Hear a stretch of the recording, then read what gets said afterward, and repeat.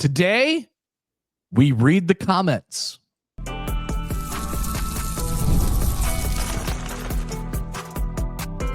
You are Locked On Nebraska, your daily Nebraska Cornhuskers podcast, part of the Locked On Podcast Network, your team every day.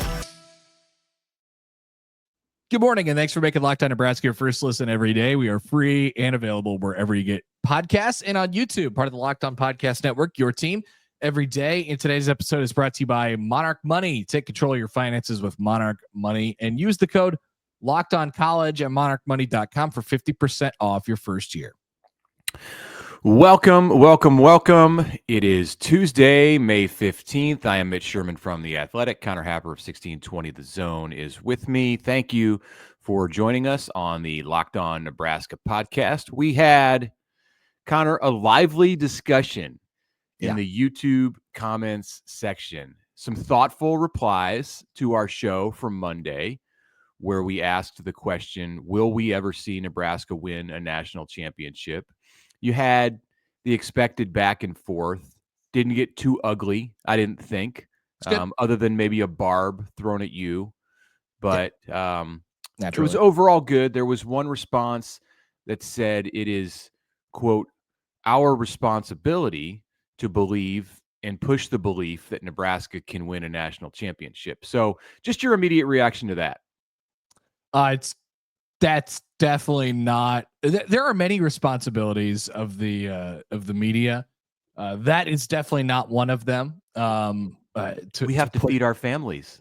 Yeah, that was in there. That was part of it.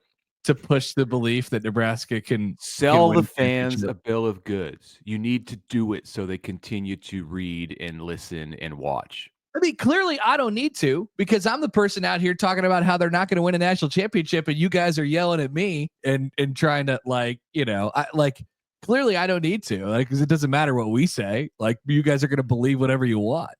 That's the thing. It doesn't matter what we say, but you should still listen to us and watch us. I'll never quite understand the thought process here from a viewer, because this was YouTube, and this is not an executive at one of the companies that we work for who is trying to sell ads.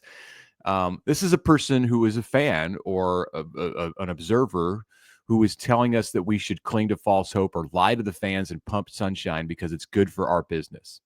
I will say that when the fan environment devolves to the point where fans want to be lied to and want other fans to be deceived, want us to just pump sunshine in the name of whatever, we've got a problem. And that wasn't like the prevailing narrative from or the prevailing thought from fans in response to our discussion about the national championship. But it was there. And I will say, I do believe it's possible. I'll reiterate that for Nebraska to make a run, not just to the CFP, but through the CFP. I'm going to be writing at some point this week about Nebraska's 27-game losing streak against AP ranked opponents, and just how flabbergasted people should be by that, and whether it can end this year. I'll go back to trying to convince me that they can win a national championship, and they haven't beat a ranked opponent 27 straight times. Yeah, so that's probably something that should be taken into account when you have the discussion about a national championship, that Nebraska's lost 27 consecutive games against ranked foes, and you're certainly going to have to win 3 or 4 in the way that the playoff is going here coming in 2026, for sure, for everyone. That's even if you win your conference. So, but as I said on the show, hope exists. Yes. Matt Rhule lays out a nice case for hope to exist. Talks about all of the resources that Nebraska has that are on the level of Ohio State and Michigan, and whether you want to fully believe that or not, the head coach is telling people, and they're doing lots of things to take advantage of that in, I think, a unique way that some previous regimes, administrations at Nebraska didn't have the foresight and the insight to be able to do. Yeah. We got one comment that said, you guys lack vision if you can't see the possibility of a national championship within the next 5 years. And And I'm like, so I'll continue. You look at Urban Meyer's OSU and you say you don't see Nebraska doing that. Well, that isn't how they did it before. And if it happens, it will be something new, not doing what Urban did. Rosters can change vastly within 2 years. Nebraska's edge will have to be doing something different and disruptive. Okay. So, the end sentence there is absolutely true. Like, yeah, Nebraska will have to find their edge. College football throughout its time has been about finding edges. Nebraska's edge that they were able to take advantage of, really early was the weightlifting part of this, the strength and conditioning part of this that they, and then there were some other roster advantages that they had as well that do not exist anymore. The playing field in college football is just a lot more level than it was before, especially when you look at 18 teams in the Big Ten Conference who were all making $70 million from the Big Ten and all of that. So when Nebraska, and then you could go all the way to when Nebraska was in the Big 12 North, and there was a lot of teams in there, some teams in there that frankly, number one, weren't trying. And number two, Nebraska had a distinct mental advantage over because they had got done destroying for decades upon decades upon decades upon decades. And there was this reverence, I think, toward Nebraska. Nebraska joined the Big Ten and they lost that. They lost a lot of that immediately. That's just a part of the equation. And not to mention how college football has changed over the years. So yeah, Nebraska is going to have to find something new and different and disruptive and find an edge somewhere in a college football world where there are significantly less edges to find because the treasure, a lot of the treasure has been dug up. It's a different landscape nowadays. Not to say that there can't be. There's hope. Of course there's hope. And once again, you could be good without winning a national championship. You could be great without winning a national championship. And definitely you could be happy. There's a lot of fan bases who are very, very happy with the way that their programs are right now, and they haven't sniffed a national championship. That's, I don't know. Winning the ultimate is not the only thing that exists, and there is other things out there for many, many college football programs.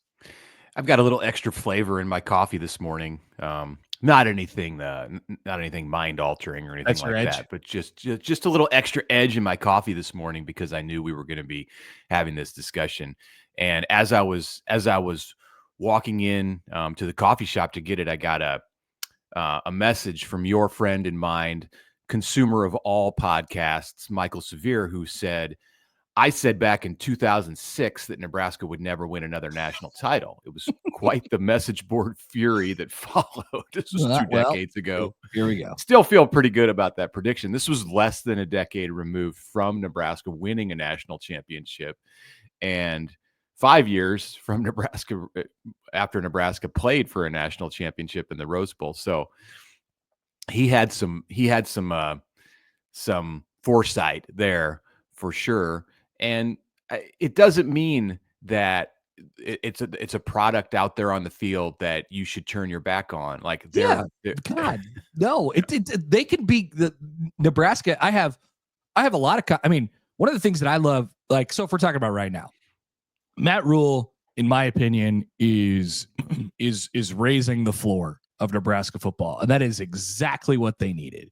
I can't wait to see if he can raise the ceiling of Nebraska football. I can't wait to see if he can reach the ceiling or whatever the ceiling is of Nebraska football. I don't think we've identified that yet. I think that's hope that exists out there, right? I just don't know that they could, win the national championship, but that's okay. You don't have to win the big one to be able to have success. And so, no, you're not turning it in, and you're not like this shit. I don't mean for it to be like this depressing, like Nebraska will never win a national championship again, and you guys should just fold it up and, call it good. That's absolutely not the intent. I'm just saying it's, you look around and it's a lot more difficult than it used to be. Okay. Let's take a break and come back, and we'll get to something else that was in the YouTube comments on Monday. And that will transition us into the rest of this show about Nebraska football and Matt Rhule. That is next on the Locked On Nebraska podcast.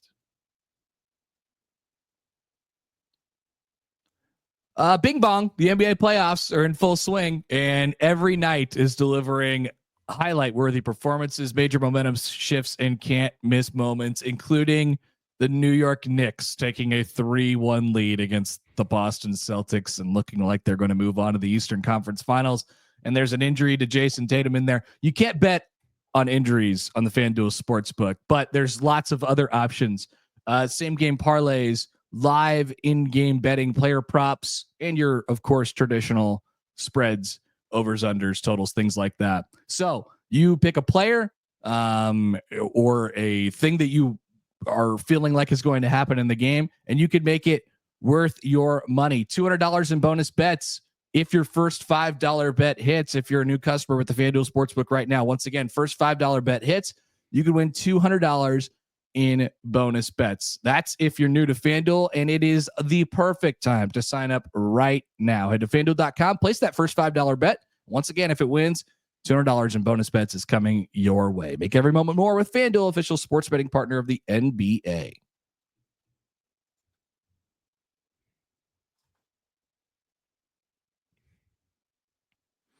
All right, welcome back. Connor Happer, Mitch Sherman with you here on the Locked On Nebraska podcast here on a Tuesday. Either way, we appreciate the comments in the YouTube videos and wherever we very much appreciated. Yeah, I mean, engaging. We want to continue the conversation, which is, it is the summer. After we like all. hearing from you. We really do, regardless of if you're yelling at me to go cover different things or something like that. It happens. All right. So one of the comments in the YouTube comment section yesterday was this from Alex. It says, you guys are totally using the material that Sean Callahan and Steve Sipple discussed on their show on Friday. And frankly, I have no idea what Sean and Sipple discussed on their show. I get Sipple was on my show, and I don't think we talked about Nebraska winning a national championship on Friday. I'm not sure what they talked about on Friday.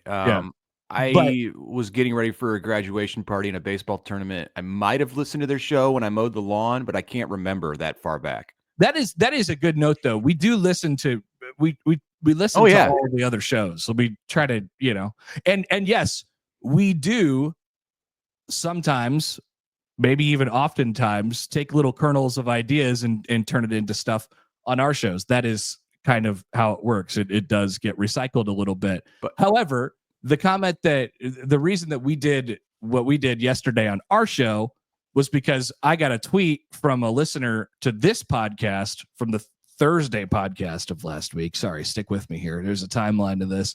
And it was like, hey, you offhand mentioned this. I'd like to hear you discuss more about it. And so we did. And I don't even know what the origin point of our discussion was, but I offhand mentioned that I didn't think Nebraska was going to win a national championship. People grabbed onto it. But we bring that up. That up because, Alex, if it bothered you that we were totally using the material that Sean and Sip discussed on Friday, you may not like this. Get ready. Because we are going to use the material that Sean and Sip discussed on Monday, because on their show, the HuskerOnline podcast, I'd recommend you go check it out. It was an excellent interview with the head coach of the Nebraska football team, Matt Rhule. Yes, very good. Very nice get for the month of May. Props to those guys. Rhule explained the story behind his whereabouts at various events over the past couple of weeks. You can go listen to their show to hear all of the explanation, but he has a connection, as we suggested and joked about on our show Monday, at the Kentucky Derby, at the WWE Raw event in Omaha, and at the NASCAR race in Kansas. All of them. Yep. Matt Rhule had an in, and now he has more ins with those and reasons to go to those events and other events because he attended them. So I was interested to hear from him. Like, one of the things I think I said yesterday about him being everywhere I can't remember if it was on my show or on this show. We talked about it here. Okay. Yeah. But I was like, yeah, I don't think there's really anything to this. Like, I just think he likes to go. He's got a couple weeks off and he likes to go do stuff. He sort of Rhule, Matt Rhule. He sort of categorized it as like, no, like I like to be out there for work, like the brand. This is kind of me getting the brand out there, which I mean, maybe, I mean, obviously it accomplishes both things. He's able to have fun and, network and meet people and wear the N on his chest and stuff like that. But he also likes to use the private plane to go to Kentucky. It's very nice. And Julie likes it too, I think. Just my guess. It's a little bit more of a, I guess there's a threshold that you need to meet for it to be a work trip for you to take. Oh no, he gets personal use for that plane too. It's in his contract. Oh, look at that. Beautiful. Anyway, I think he views it as an opportunity to be the Nebraska football coach still, which is probably more, more business like than I give business trips. On. Yeah.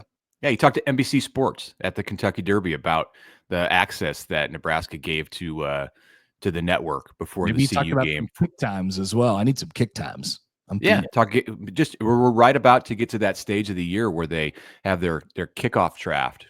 We should have a draft. We should have a kickoff draft on this show, a kickoff time draft. Okay, this is going to take us off into a different thing. But I do I am interested. There was a thing that happened yesterday in the kickoff time world. I don't know that anybody cares about this.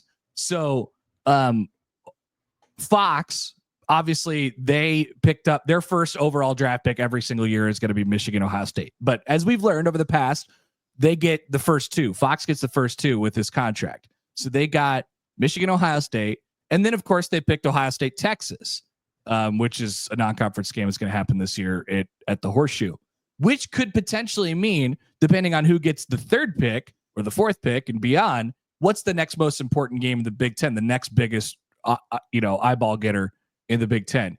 It's probably Penn State, Ohio State.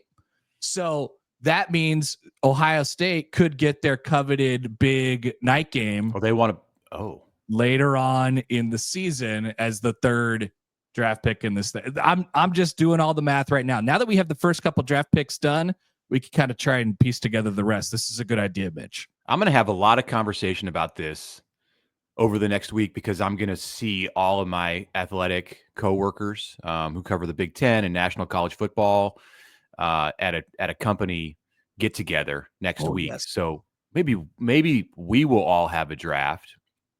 I'm going to suggest that we sit down in a room and have a draft, and then you and I could we could steal my content. We could piggyback off of that and have our draft. So I'll figure out how it's going to work. I'll collect information about how the draft works, and we'll move forward with that. So I thought from the Matt Rhule interview with Sean and Steve Sipple that the two most interesting things that he said were, one, how Nebraska went about strategically managing the portal on its end, on the internal side at the end of spring practice last month, and then what the month of June is going to look like in Lincoln. Agree or disagree? Yeah, no, I think it was really interesting to, when we still pay attention to it because any little thing that comes out from the program over the summer feels like it's, an oasis in the desert a little bit in terms of wanting. You just want to know what's going. Like I thought Sipple in his question to Rhule was like he categorized it perfectly. He said, "What's going on over there? Like I just want to know what's going on in June." And he was like, "No, it's a crazy 3 weeks. It's busy. We're doing all these camps and we're doing all these things."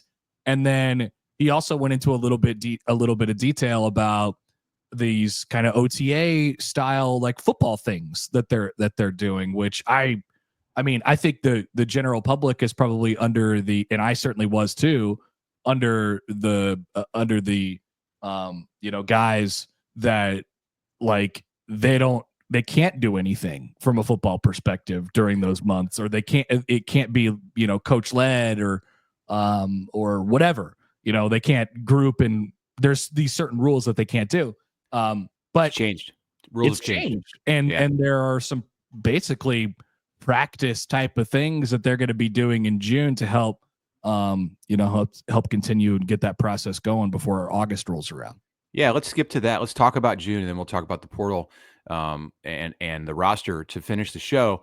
But so the team reports back on June 1st, which is a Sunday, and this is the whole team. So spring practice, you're missing 7 of the early enrolling freshmen who were finishing up high school in the spring, like normal people do, and then there are going to be a couple of additions. Nebraska's added a kicker out of the transfer portal, going to add a punter. By the way, on the punter, Matt Rhule said that they're going to get a punter who kicks with both feet.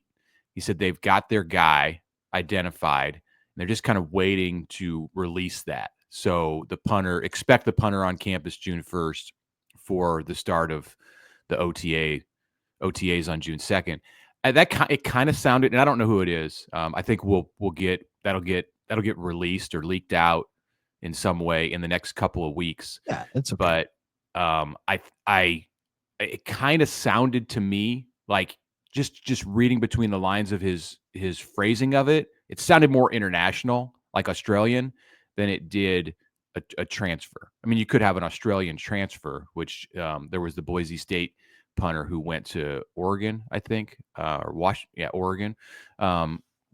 But it sounded to me like they're going to the outback. They're going to Australia to find somebody, and they've already found that person. So we'll see here for sure before the end of the month. But when they get started on June 2nd, they're going to have 3 practices or 3 OTAs, organized team activities per week. It's like a miniature spring practice. It's 3 a week, just like in the spring, and it's 3 weeks instead of 5 weeks. But that's significant. Yeah. I don't know that, like, within the media and within the Nebraska fan landscape and just like in college football in general, if people have quite wrapped their arms around that, how big June has become in this sport. Like, I think it's the most listening to him, I think it's the most important month in the offseason because of all that happens in recruiting and all that happens in camps and in showcasing your city and your campus and your program. And now you add in these OTAs. Like, what's more important than that month? Also, you're like 60 days away from training camp. The players are getting in shape. The whole team is there for the first time. It's the 2025 team. He joked, I think it was a joke, that the coaches' jobs in the month of June are akin to like the torture that you've seen in movies where they take people into a dark room and put hoods over their head and play heavy metal music. That's what the coaches' lives are like in the month of June. So it's extremely intense, is what he's saying. Yeah, I think that was a joke. I think that was a joke. No, I like I said, I don't, like you said, I don't think people think about June that way, and it has to do with a lot of different things. The calendar is totally changed from a recruiting standpoint, and everything is kind of moved up a little bit, and so you're kind of balancing a whole bunch of stuff, and you also have your eyes on the season as well, because it's coming up right around the corner. And then that's also, the OTA stuff, rules are in there because player movement is so rapid these days. Guys come in June, get there for the first time in June, and they're expected to play right away in the fall. Like they're going to need a little bit of a ramp up period there. So yeah, I think that makes sense, and it's good for college football, but it might be bad for coaches who could use a little bit more downtime in the summer. Yeah, they'll get that in July. Yep.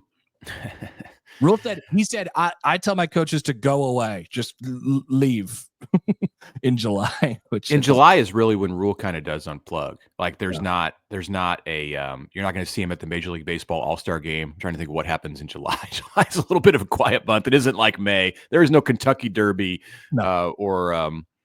well, there's probably WWE Raw. Like maybe he'll show up at something in July, but really he unplugs in July, and he'll be at a place to relax. All right, let's come back after this break and maybe ask one more question about the month of June, and then we'll get into some things that Rhule had to say about the roster and how Nebraska managed the portal in the spring of this year. Interesting stuff. That's next. But I would like to tell you right now about Monarch Money. And the question is out there, do you ever wonder where all your money went? Between dining out and shopping online and entertainment and throwing parties for your kids when they graduate from high school, it's easy to lose track. That's where Monarch Money comes in. It's your personal CFO giving you full visibility and control over your finances. Monarch Money is not just a budgeting app, it's a complete financial command center. You can track all your accounts, investments, and spending in one place. So you stop managing your money and start building wealth. It has all-in-one convenience. Instead of juggling multiple apps, you can use Monarch Money to check your finances, track spending, and even plan long-term goals. Take control of your finances with Monarch Money. Use the code LOCKEDONCollege at monarchmoney.com for 50% off your first year. That's monarchmoney.com, code LOCKEDONCollege for half off your first year.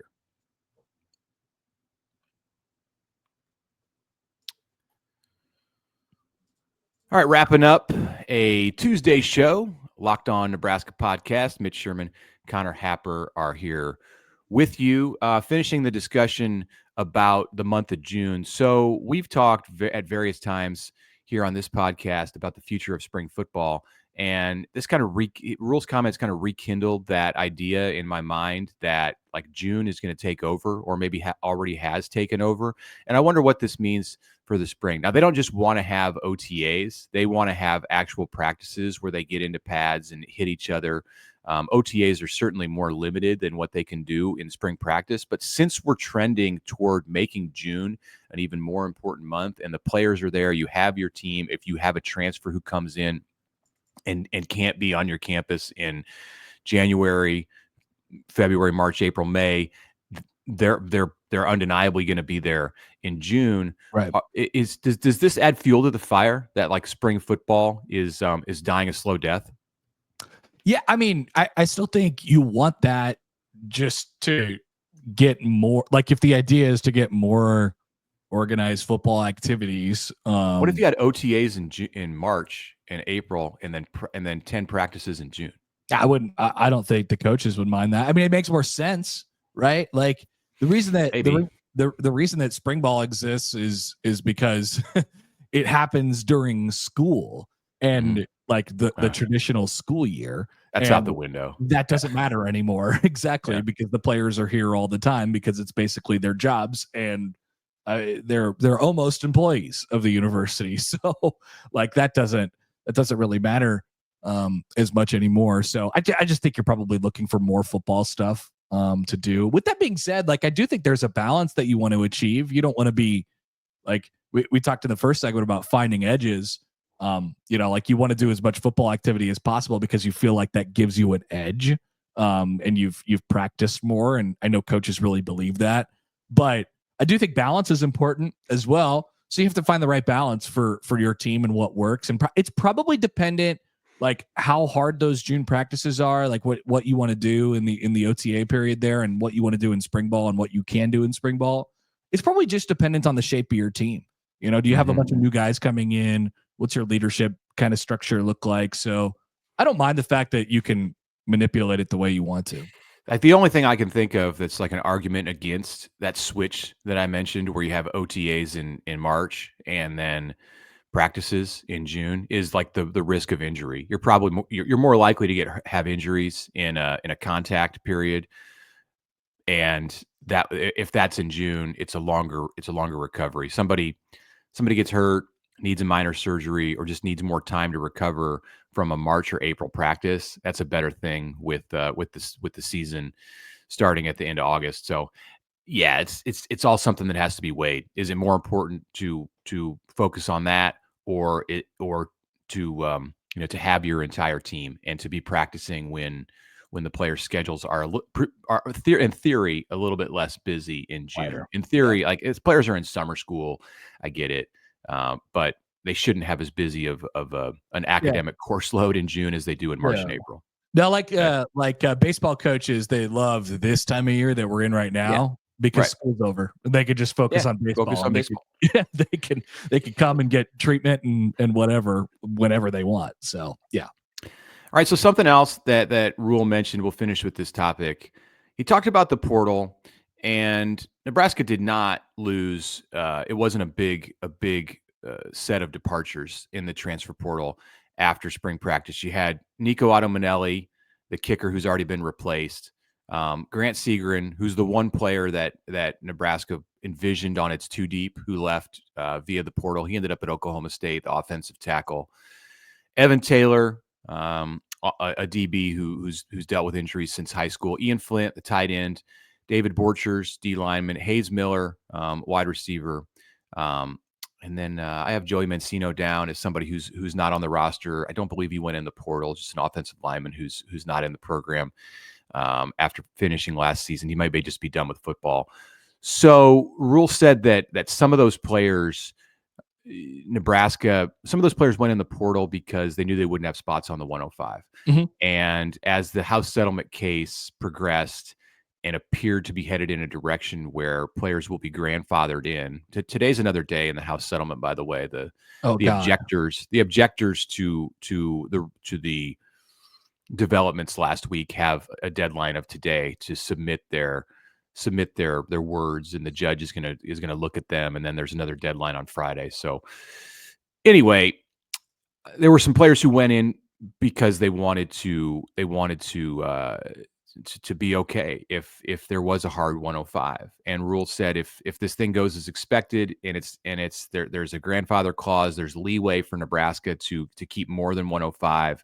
And some of them will come back. And Nebraska, he said, quote, protected some of those players by holding their names until Monday after the portal closed. This was through the weekend of the Husker games, so that those players could go out and participate on that Saturday, and there would be no news about them being in the portal while that stuff was going on. A really kind of a thoughtful thing to do, and I don't think that exists in all programs. Yeah, every move that he's made, I mean, he's really about it. Like coaches talk about being about the players and doing right by them all the time. Like we've seen countless times Matt Rhule over and over and over again actually is, he walks the walk in that category, which is really good. I mean, and I assume word gets around about that stuff too. Like, you go to Nebraska and you play for Matt Rhule, it's like a family, and Matt Rhule, like, he's not going to cut you loose because he got an injury or something like that. They're going to take care of you. So that's good to see over and over again. You got a guy who really cares in charge.